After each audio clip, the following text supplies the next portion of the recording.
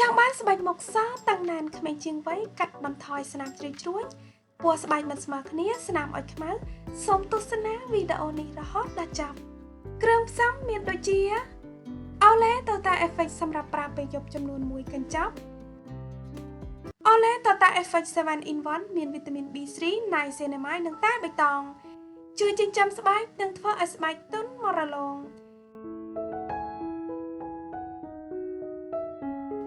គ្រឿងផ្សំបន្ទាប់ដែលបងប្អូននឹងត្រូវការគឺចាលប្រទាលកន្ទុយក្រពើចំនួន1ស្លាបព្រាកាហ្វេចាលប្រទាលកន្ទុយក្រពើជួយកាត់បន្ថយសញ្ញានៃភាពចាស់ប្រឆាំងនឹងការកាត់មុននិងចំមុខ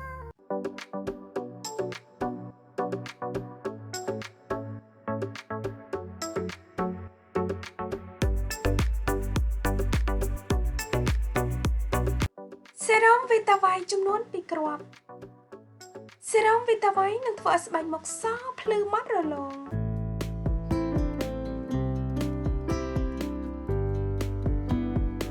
សូមកូរច្របល់គ្រឿងផ្សំទាំងអស់ឲ្យបានសព្វចូលគ្នាល្អ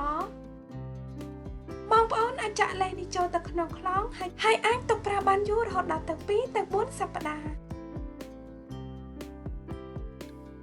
សូមលាបថ្នាំនៅលើផ្ទៃមុខដែលបានលាងសម្អាតស្អាតសូមទុកចោលនៅលើផ្ទៃមុខពេញមួយយប់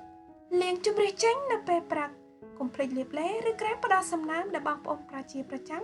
សម្រាប់ផលិតផលកាន់តែប្រសើរសូមប្រើរូបមន្តនេះជារៀងរាល់យប់មុនពេលចូលគេងបន្តប្រើរូបមន្តនេះជាប្រចាំនឹងផ្ដល់ឲ្យបងប្អូននូវស្បែកដែលស្រស់ថ្លាមានសុខភាពល្អនិងតឹងណែនសញ្ញានៃភាពចាស់ស្នាមអុចខ្មៅនិងពណ៌ស្បែកមិនស្មើគ្នានឹងកាត់បន្ថយពីមួយថ្ងៃទៅមួយថ្ងៃ